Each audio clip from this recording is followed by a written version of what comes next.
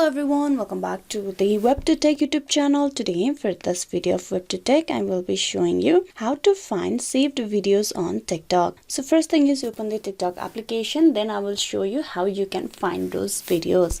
Tap open TikTok and then get logged in into the account of yours. So once you're at the home page, I'll just show you how you can save a video. First, tap open a video and then hold it for a few seconds. You will have all this option pop out, but this video do not have the option of saving. So I'm just gonna go and scroll down a different video. You just tap and hold it for a few seconds, and in the top you have these option: report not interested, save video. You tap on save. Once you tap on save video, this video will be saved, and even it will be saved to your phone gallery as well. So this is a direct way how you can find or save the videos in TikTok. So once you save it, you can just go back to your phone gallery and you will find the video that you have just saved from TikTok to your phone gallery. This is the easy way how you can easily find your saved videos. But you do not want this process, so what you can do is you can bookmark this video. You tap on the bookmark option and it will be added to favorite.